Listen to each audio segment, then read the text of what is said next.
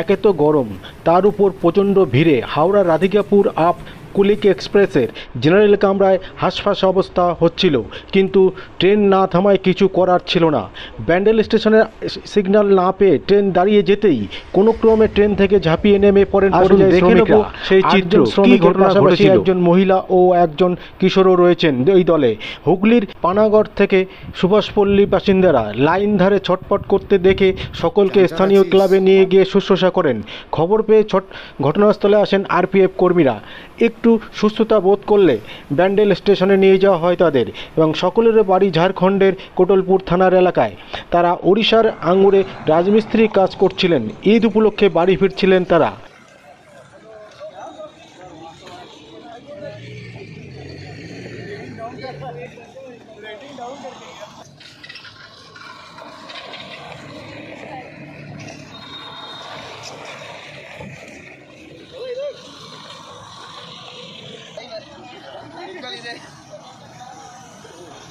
আসুন জেনে নিই তাদের কাছ থেকে ঘটনা ঠিক কি হয়েছিল।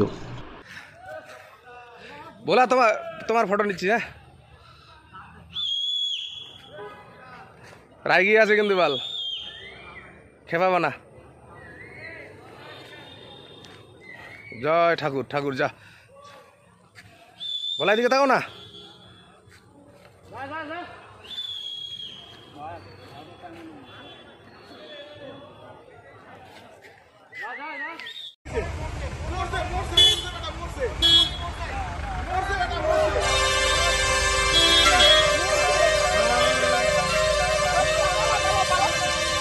বাচ্চা বাচ্চা বাচ্চা বাচ্চা বাচ্চা বাইচে